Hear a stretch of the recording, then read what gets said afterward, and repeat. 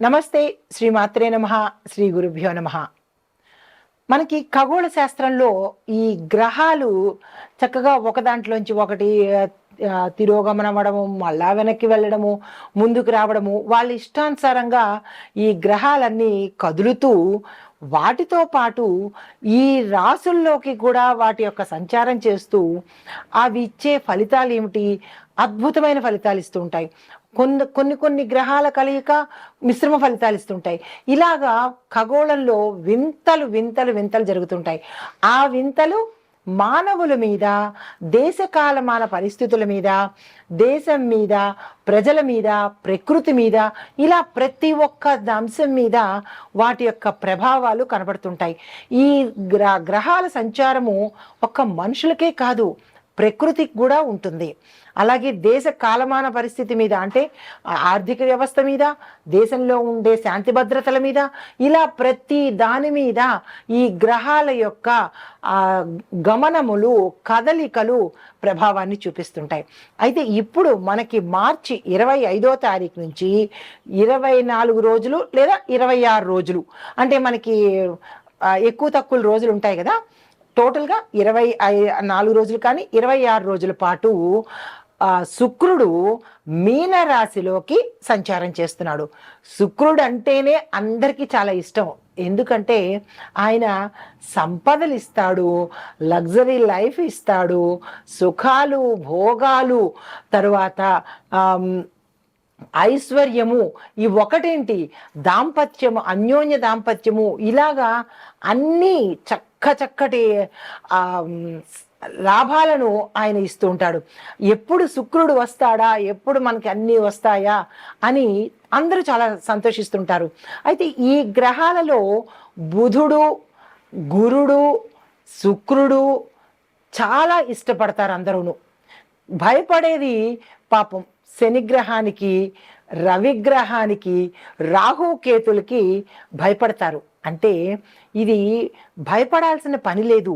ఎంత మంచి గ్రహాలైనా వారి వారి స్థానాన్ని బట్టి ఉచ్చ స్థితిలో కొన్ని ఉంటే, నీచ స్థితిలో కొన్ని ఉంటాయి. అంటే వారు సంచారం చేసే రాసుల యొక్క ప్రభావం మీద మంచి శుక్రుడు కాదు, బుధుడు కాదు, ఎవ్వరు పడ్డా కానీ ఆ జాతకుడికి ఏ స్థానంలో ఎవరెవరున్నారు, పాపగ్రహాలు ఉన్నారా, మంచి గ్రహాలు ఉన్నారా అనే అంశాన్ని తీసుకుని ఆ ఫలితాలని ఇస్తూ ఉంటాడు.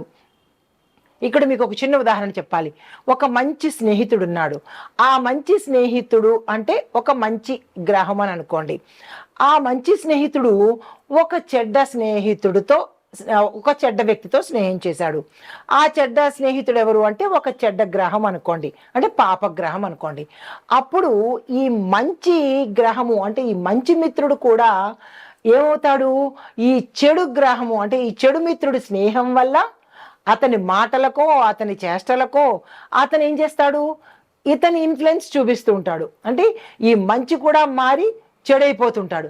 మళ్ళీ ఎప్పుడైతే ఈ చెడుని ఫ్రెండ్గా, చెడు ఫ్రెండ్ని వద్దు అని అనుకుని మళ్ళీ మంచి ఫ్రెండ్తో కనుక స్నేహం చేశాడు అనుకోండి, ఈ మంచి వెళ్ళి ఆ మంచి రెండు కలిసి విశేషమైన ఫలితాలు ఇస్తాయి. అంటే ఈ ఉదాహరణ ఎందుకు చెప్పాను అంటే, ఈ గ్రహాలు కూడా చెడు, అంటే పాపగ్రహాలతో కలిసినప్పుడు సంపూర్ణమైన ఫలితాన్ని ఇవ్వరు. అది మనిషికి కావచ్చు, దేశానికి కావచ్చు, ఎవరికైనా కావచ్చు. అదే కనుక శుభగ్రహాలతో ఈ గ్రహాలు కలిశాయనుకోండి, అప్పుడు ఏమవుతాయి, 100 అనుకుంటే 1000 అవుతాయి అన్నమాట. అంటే విశేషమైన ఫలితాలను ఇస్తూ ఉంటారు. అయితే అందులో భాగంగా ఈ శుక్రుడు మార్చి 25వ తారీఖు నుంచి ఏప్రిల్ 13వ తారీఖు వరకు 26 రోజుల పాటు మీనరాశిలో తిరోగతి చెంది మళ్ళా అక్కడికే వస్తున్నాడు అనమాట. ఆ కారణంగా ఎలాంటి ఫలితాలు ఉండబోతాయి అంటే అందరూ ఏమనుకుంటున్నారంటే, ఇవి చాలా గోల్డెన్ పీరియడ్ అనమాట. ఈ 26 రోజులు 3 రాశుల వారికి గోల్డెన్ పీరియడ్ అని చెప్పొచ్చు. అంటే మిగతా రాశుల వాళ్ళకి కాదా అంటే, మిగతా రాశుల వాళ్ళకి కూడా గోల్డెన్ పీరియడే. ఎందుకు అవన్నీ నేను క్లియర్గా చెప్తాను కదా. అయితే వీళ్ళకి, ఈ 3 రాశుల వాళ్ళకి మాత్రము విశేషమైన బంపర్ ఆఫర్స్ అన్నమాట. సరే, మనం ఇంకా దీనిలోకి వచ్చినట్టయితే కనుక ఈ శుక్ర సంచారము మనకి తిరోగమన మీనరాశిలోంచి తిరోగమన ప్రయాణం అయ్యి మొత్తంగా ఈ ద్వాదశ రాశుల వారికి ఎలా ఉండబోతోంది, ఏ ఫలితాలు ఇస్తున్నారు, ఏ రంగంలో ఉన్న వాళ్ళకి ఎలాంటి ఫలితాలు ఇస్తున్నారు అనే అంశంలో మనము వెళ్ళిపోదాము. అయితే దీనివల్ల ఎవరెవరికి లాభము అంటే, ఏ వృత్తుల్లో ఉన్న వాళ్ళకి లాభము అంటే కనుక ముఖ్యంగా ధనానికి సంబంధించి ఏ వ్యాపారాలు చేస్తున్నారో వాళ్ళకి, అంటే వ్యాపారస్తులకు, తర్వాత బ్యూటీషియన్స్కి, సినిమా ఇండస్ట్రీ వాళ్ళకి, రియల్ ఎస్టేట్ వాళ్ళకి, తరువాత ఫ్యాషన్కి సంబంధించి ఫ్యాషన్ టెక్నాలజీ కానీ ఫ్యాషన్కి సంబంధించి కానీ ఇలాంటి రంగాల్లో పనిచేసే వాళ్ళకి విశేషమైన ఫలితాలు అందరికన్నా 4 ఇంతలు ఎక్కువగా ఇస్తుంటాడనమాట. అయితే ముందుగా మనం మేషాది ద్వాదశ రాశుల వారికి ఈ అంటే ఈ శుక్రుడు మీనంలోకి వెళ్ళినప్పుడు ఎటువంటి ఫలితాలు ఇస్తున్నాడు అనే అంశంలోకి తొందరగా వెళ్ళిపోదాము. నమస్తే. అయితే ఈరోజు మనం చెప్పుకునే కంటెంటు మీనరాశిలోకి శుక్రుడు ప్రవేశిస్తే, అంటే వీనస్ ట్రాన్సిట్ అంటారు దీన్ని. ఇది కనుక ఈ ప్రవేశం జరిగేటప్పటికీ 12 రాశుల వాళ్ళకి వారి యొక్క గ్రహస్థితి ఏమిటి, స్థితిగతులు ఏమిటి, ఎలాంటి ప్రభావాన్ని శుక్రుడు ఇవ్వబోతున్నాడు అనే అంశాలతో మనం చర్చించుకునే ముందు, సాధారణంగా శుక్రుడు మార్చి 25 నుంచి ఏప్రిల్ 13, 14 ఆ సమయం వరకు, అంటే 24 నుంచి 26 రోజుల పాటు కొనసాగుతుంది. ఈ కొనసాగే సమయంలో ఒక్కొక్కళ్ళకి, అంటే విద్యార్థులకు, ఉద్యోగస్తులకు, మనం నిత్యం చెప్పుకునే అన్ని రాశుల వాళ్ళకి ఎలాంటి ఫలితాలు ఇవ్వబోతోంది అనే అంశంలో తదుపరి రాశి తులారాశి. ఈ తులారాశిలోకి శుక్రుడు ఏ సమయంలో వస్తున్నాడు అంటే ఏప్రిల్ చివరి సమయంలో వచ్చి అక్కడ 24 రోజుల పాటు మాత్రమే ఉంటాడు. మిగతా రాశుల్లో 26 రోజులు, 25 రోజులు, 24 నుంచి 26 రోజులు ఇలా ఉంటున్నాడు. కానీ తులారాశి దగ్గరికి వచ్చేటప్పటికి 24 రోజులు మాత్రమే గడువు సమయం ఉంది. ఆ సమయంలో ఎవరెవరు ఏం చేసుకోవాలి, విద్యార్థులైతే కనుక వాళ్ళు కష్టపడి చదవాలి.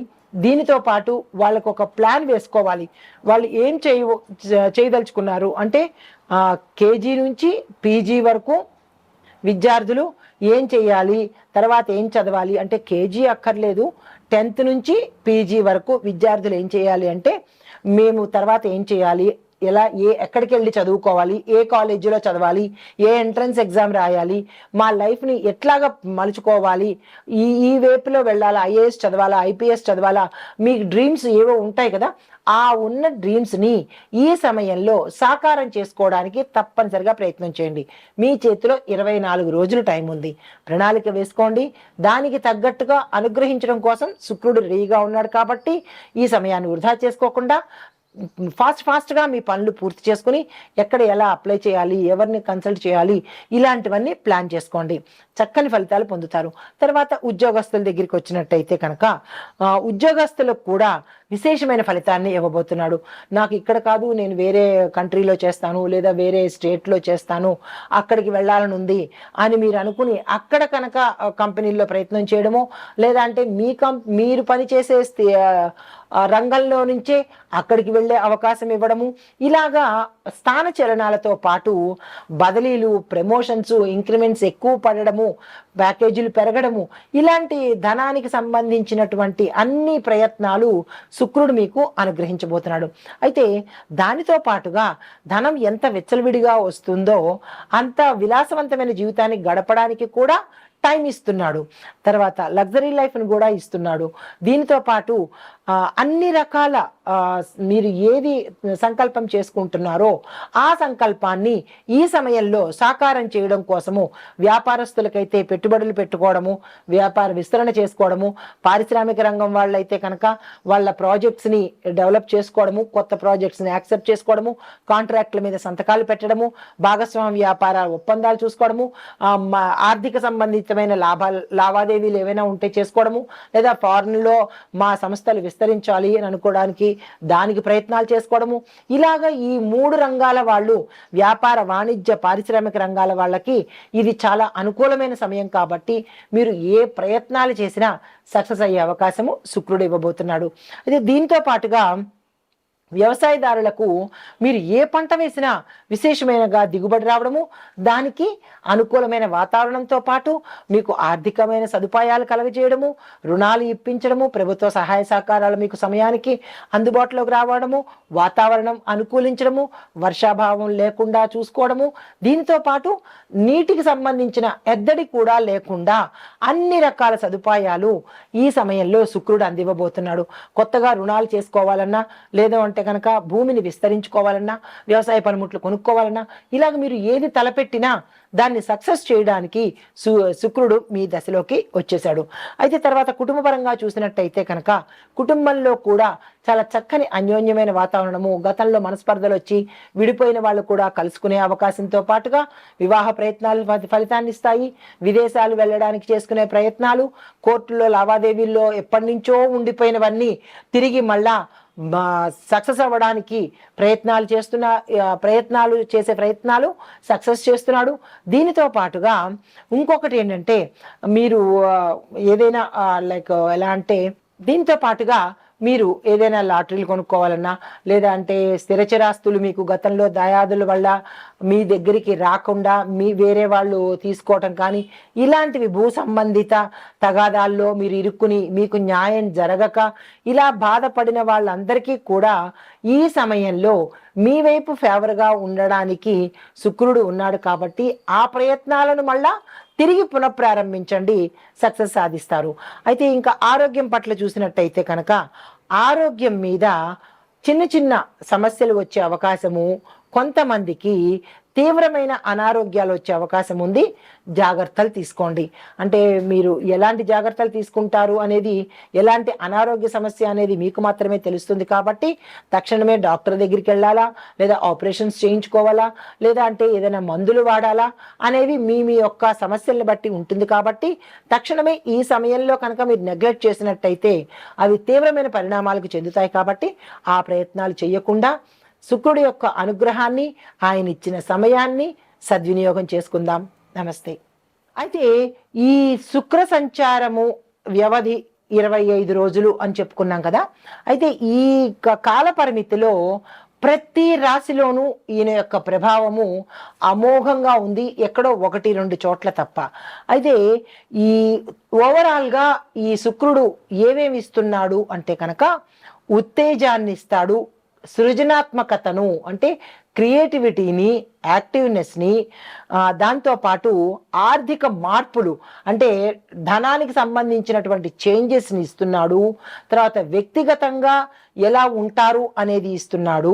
కుటుంబ పరంగా ఎలా ఉండబోతోంది, కుటుంబంలో అల్లకల్లోలు ఉంటాయా, సంక్షోభాలు ఉంటాయా, కొన్ని రాసుల వాళ్ళకి మాత్రమే ఇట్లాంటివి ఇస్తున్నాయి. కాబట్టి అంటే కుటుంబ పరంగా కూడా ఎట్లాంటి ఫలితాలు ఇస్తున్నాడు అనే అంశంతో ఆరోగ్యంలోనూ అన్ని రంగాల్లోనూ సానుకూలమైన మార్పుల్ని ఇస్తూ కొన్ని రాశులకు మాత్రం జాగ్రత్తలు కూడా చెప్తున్నాడు, కొన్ని రాశులకు ఆటంకాలను కూడా ఇస్తున్నాడు. అంటే ఇది ఈయన ఇచ్చిన ప్రభావం కాదు, మీ యొక్క వ్యక్తిగత జాతకంలో ఈ శుభగ్రహంతో ఏ పాపగ్రహం కలిస్తే ఆ ఫలితాన్ని వస్తుంది. కాబట్టి అది మీ జాతకరీత్యా చూసుకోవాల్సిన అంశము.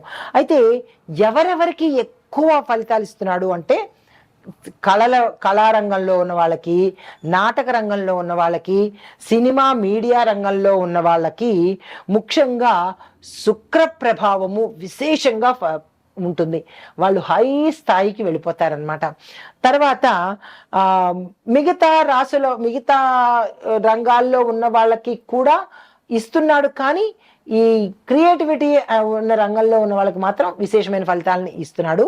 అయితే ఈ విశ్లేషణ ఇప్పుడు మనం చెప్పుకున్న సారాంశము మీ యొక్క జాతక పరిశీలనలో ప్రభావం, శుక్ర సంచారం ఎలా ఉండబోతోంది అనే అంశాన్ని మీరు పరిశీలించుకోండి. ఒకటి ఏ అంశము అంటే, శుక్ర సంచారం ప్రభావము మీ యొక్క వ్యక్తిగత జాతకంలో ఎలా ఉంటుంది, ఏ నెలలో వస్తోంది, ఎంత కాలం ఉంటుంది అనే అంశాలను మీ వ్యక్తిగత జాతక పరిశీలనలో తెలుసుకోండి.